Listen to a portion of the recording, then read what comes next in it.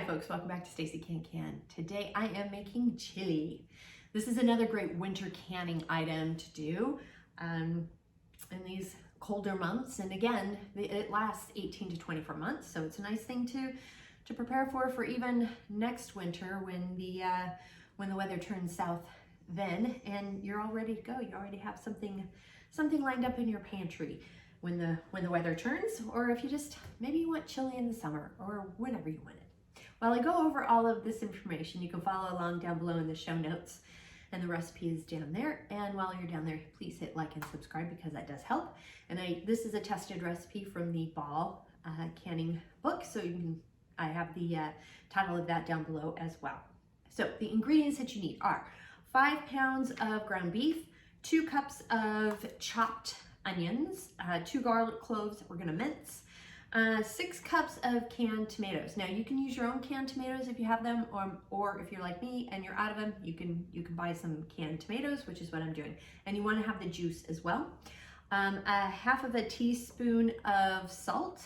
1/2 cup chili powder. Half of a cup of chili powder, which is a lot of chili powder, but you can, whatever. And then 4.5 teaspoons of salt, 1 red chili pepper that's finely chopped, and then a teaspoon of cumin seeds. I don't have cumin seeds, I just actually have ground cumin. Thought I had some, but I don't. And so I'm just using the ground cumin. That's gonna be an okay substitute for me. Now you can mix up this spices if you want. The other thing you can do is if you wanna make your chili spicier, you can add more chilies if you'd like. You can also, we're gonna devein this and remove the seeds for a milder chili. For a hotter chili, you leave the seeds and everything in, which is what I'm gonna do. You can also use your own recipe for this. If you have a chili recipe that you like, you can use that as well. You might wanna just kind of screen along with the processing bits here. So you can skip the making of it and just make your own, because you can pressure can your own stuff. Now, this chili does not have beans, and a lot of folks who like chili will say real chili doesn't have beans, and that's true for a lot of chili connoisseurs. If your chili has beans, I have a chili con carne recipe that you can look at, but you have to rehydrate your beans before pressure canning. That is a must, and there's ways to do that. So, and that's in my chili con carne recipe. So the tools that you need, you're gonna need your pressure canner, jars, lids, rings. You're gonna need something to fry your meat in, which I'm gonna use that to fry all the meat in. And then I do have a stock pot. I might get a second one. It's just gonna depend on how much room I have in the stock pot to put it all together. You can actually double or triple this recipe if you want to make more, because this makes about 6 pints or 3 quarts. So if you wanna double or triple your batch, you can do that. And if you have a giant stock pot to hold all of that chili goodness, you can do that too. So that is the tools that we need. Oh, and we need our ladle and our funnel and our jar lifter and our lid lifter, and well, not the lid lifter because I'm not heating the lids when I pressure can, but also the bubbler, and I don't have that with me here at the moment, but those are the additional tools that you need as well. So let's go ahead and get started. First thing I'm gonna do is brown all this meat, and I can just brown it in the stock pot, but I'm choosing to this is a flatter pot, and it's gonna get it a little bit better. And plus this saucepan is a little bit easier, or frying pan is a little bit easier to brown, to drain the grease when it's done. While the ground beef is browning, I am going to measure out all of our dry ingredients here. This is, I eyeballed at the grocery store, a 1/2 cup of chili powder. I think it might be a little bit more than that, which that's fine too. Again, you can make it as hot or as mild as you'd like. Yeah, I think that's about it. I'm probably gonna add in a little bit more because we do like some heat here.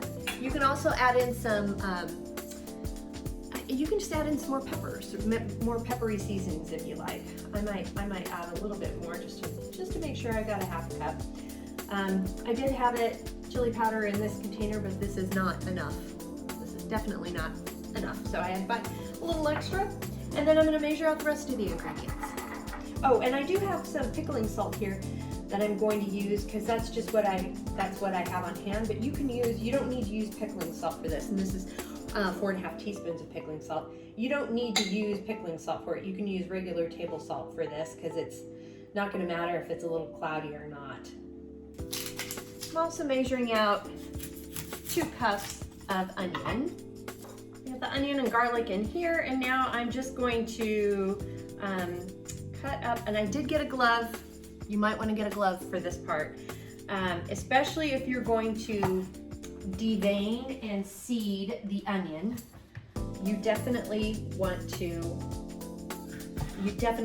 use a glove because these peppers they just have so much oil in them, and they could just do a really good job of getting on your fingers and making your life really, really sad. So I am just adding the seeds. I'm gonna keep the seeds in there. We like our chili hot in this house, so I am going to just chop up as is and leave the seeds. All right, I got all my onions chopped. There's my garlic, and here's my red pepper. I'm adding this. That's 2 cups of the onion chopped, and the 2 cloves of minced garlic, as well as the red pepper. I'm going to turn the heat up here. I'm sprinkling in my 1/2 cup of, what is that called? That is called chili powder. Thank you. 4.5 teaspoons of the salt, a teaspoon of cumin, and then I'm going to go ahead and measure out 6 cups of the tomatoes. Wasn't quite sure how much it would do, so it's basically 3 cups per can. So I'm just dumping these in, and these are 28-ounce cans. Probably a little more, but you know, we're gonna be okay with that. And then I'm giving this all a good stir, and I'm gonna bring this up to a very low boil. And I'm going to put a lid on it just while this comes up to a bit of a boil. I've got a boil going, so I've cut the heat a little bit, and we're just gonna boil this on low, real gently, for 20 minutes, and I've set a timer for 20 minutes. Alrighty, so we are done. The 20-minute timer has gone off, so I have cut the heat to the pot here, and I'm gonna go ahead and start filling jars. And we're filling it to a 1-inch headspace. So just be a little careful as you're filling these up, because I think I just overfilled this one. And if you overfill, have no fear. You just take a spoon and remove some of it out. We are definitely bubbling. There's a lot of big chunky pieces in here. And you'll notice as you bubble that the amount, it'll shrink down. You're removing bubbles and you're making space. So, and this is a 1-inch headspace here. It looks like we need just a little bit more. So I'm gonna just use my spoon here. Add a little bit more. That's perfect. I have a little container of white vinegar here. So I am just cleaning the rim off very well. The reason for the white vinegar is because it kind of cuts the fat a little bit better. So vinegar is a really good solution to use to clean the rim. And just a fingertip tight. Got that there. The jars are very hot, so be careful. And up and over and into the canner. I got everything into the canner, so I'm just putting the lid on the canner.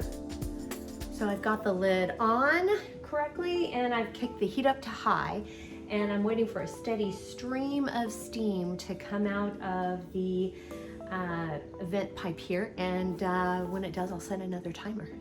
Okay, I think I've got the steady stream of steam going here. That's what you want. Sometimes it'll kind of spit at you a little bit and then quit, but this is steadily going. So I've set a timer for 10 minutes to vent the canner. The 10-minute timer has gone off to vent the canner, so I'm gonna go ahead and put the 10-pound weight on this. So when this comes up to, well, it's basically, if you, this is for a weighted canner. I have a weighted canner when I'm using here. So I'm gonna wait until it gets up to 10 pounds of pressure on my end, and then I'll start setting the timer.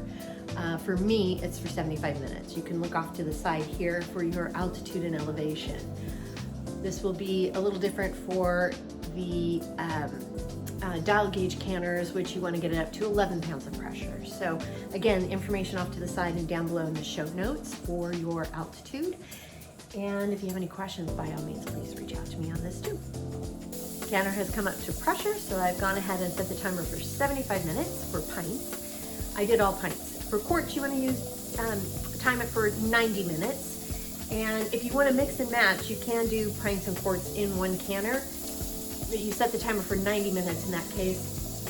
You time for the largest jar in the canner. And there's my little baby dog over there in the corner sleeping. He's our little old man. The 75-minute timer has gone off for me, so I'm cutting the heat. And when the dial gauge drops down to 0, we'll set another timer to let the jars in the canner settle. Dial gauge has hit 0, so I'm taking off the cover, the vent cover here, and we're gonna set another timer for 10 minutes. This is going to allow the food in the canner in the jars to settle, and that helps with the sealing process. The 10-minute timer has gone off, so I'm gonna go ahead and remove the lid and open it away from your face with all that steam. That is a facial you do not want. Carefully lift the jars one at a time out of the canner. And look at how bubbly it is. Still very hot, coming fresh from the canner. And this is how we can up some chili. I did have a little taste of it before, after I filled all the jars. I took a little taste of it, and it's very tasty. I think you will enjoy it. And then also, it'll take a few weeks for the spices to kind of bloom, essentially. It can actually take up to 6 months for them to bloom, like if you're making pickled products and you're wanting a lot of heat in it. And I think that would be the case with the cumin seed, especially, but use cumin powder, so it should be good to go and delicious here soon. So that's how you make it. It's very, very tasty and shelf stable. Most of these jars have already sealed, and I will test them and check them out tomorrow in 12 to 24 hours, especially with something that's pressure canned. You want to give it a good 24 hours, in my opinion. So just before you start touching the lids and making sure it's sealed, so just keep that in mind. That's how you do it. So the recipe and information is down below in the show notes. And while you're down there, please hit like and subscribe. And if you have any questions, comments, suggestions, feedback, concerns, by all means, please reach out to me on Facebook at Stacey Can. You can at me on Instagram and TikTok at Stacey Can. My website is www.staceycancan.com. My email is info@staceycancan.com. And I'm also on LinkedIn and Pinterest at Stacey Can. So thanks so much for joining me today. And until next time, happy